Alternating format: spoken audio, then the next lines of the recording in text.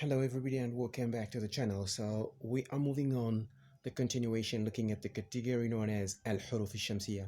So first we started with al-huruf al-qamariyya, which are the words that have one of those letters here. All those letters coming to the bottom to number 14. So all those letters here, every word that starts with any one of those letters is categorized as a word that starts or a word that is placed in a group of al-qamariyya, and then every single word that starts with any of those letters here, when you remove the ali ta'rif, any of the word that start with any of those letters here coming to the bottom to number 14 as well.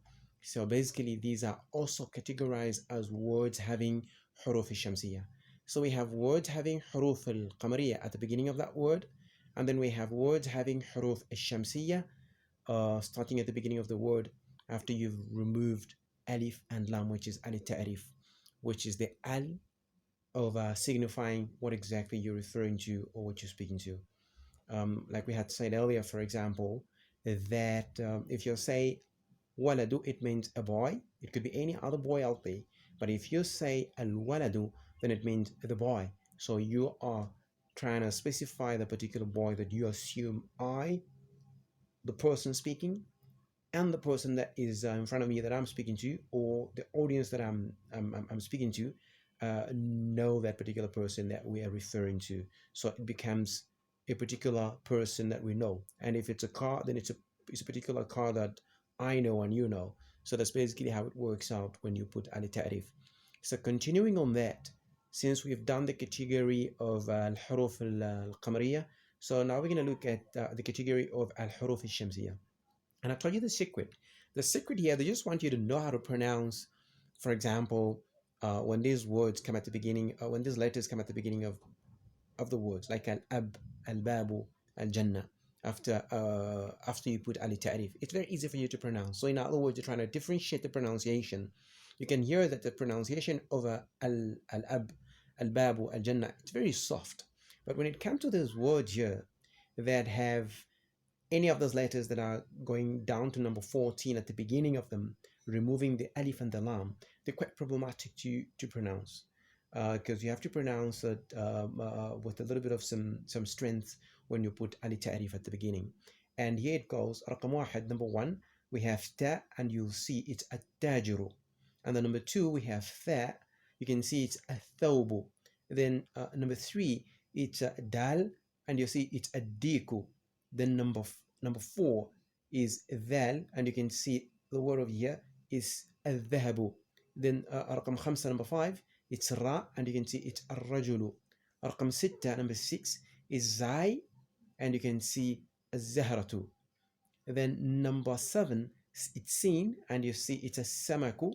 Then number eight is shin, and then after we put ali ta'rif, it becomes a shamsu, which is the sun. And that's where the category itself comes from. Just like on the other category when we had mentioned the word al-qamaru, and we said it's the category itself has been categorized because of the simplicity of the pronunciation on this word al-qamaru. But the category of huruf al-shamsiyya have been categorized because of the strengthening and the hardness of the pronunciation of the word ash-shamsu after you've added alif and lam, which is ali ta'rif, at the beginning of the word. Then رقم 9 الصاد الصدر. Then رقم 10 ضاد الضيف. Then رقم 11 number 11 طاء الطالب. Then رقم 12 number 12 ضاد الظهر. Then number 13 رقم 13 لام, which is اللحم. Then رقم 14 نون النجم. So basically you could see that this is how those words are pronounced. They're a little bit difficult from the previous words.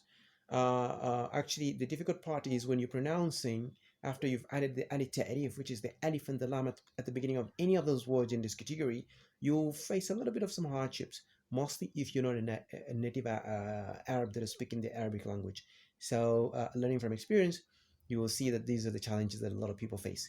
So, for example, the word ashamsu, because you have to say ashamsu, and then the word sadr, and when you put ali ta'rif, it becomes as-sadru. So this kind of pronunciations are the ones that made the native Arabs in the past, in the olden years, to categorize that those words or those letters here, if they come at the beginning of the word, then they will be categorized as amongst the letters of Ashamsiya. And then those letters over here, if they come at the beginning of the word, and then you add alif to alif at the beginning, they'll be categorized as the letters of Al Qamariya. That's where the secret came from. But the focal point is not on how to pronounce it only. The focal point is how to differentiate, or that you still have to memorize all those letters in order for you to know how to use the words. That's an sort of like an old style kind of learning. But the secret or the catch is you must just know that the simplicity itself comes naturally. Actually, when you pronounce like al ab naturally, you don't have to say al ab. It doesn't work like that. So basically, but when it comes to a word like التاجر on its own, automatically you could see that when you put al ta'rif, it's difficult for you to pronounce, for example, in a wrong way, like al tajru. It's not gonna sound it's not gonna be sound enough. But when it comes like a tajru, it sounds very easy, and it flows. So the Arabs themselves in those days, they knew how to speak the language. They never needed to get any formula or any categorization of these letters in order for a person to know how to pronounce it. It just used to come out naturally. Even you got to learn that you need to pronounce those words naturally. You don't have to struggle, and automatically at the end of the day, you will discover that you've known how to pronounce or how to differentiate between the letters of Al-Qamariya and Shamsiya. So if you're watching for the first time, please consider subscribing, because we're sharing knowledge of Arabic language and new vocabularies at the same time. And probably if you don't speak if you don't speak English, you could also learn from these English words that have been placed in this lesson. So thank you for watching, and see you in the next one. And please, if you're not subscribed, consider subscribing one more time.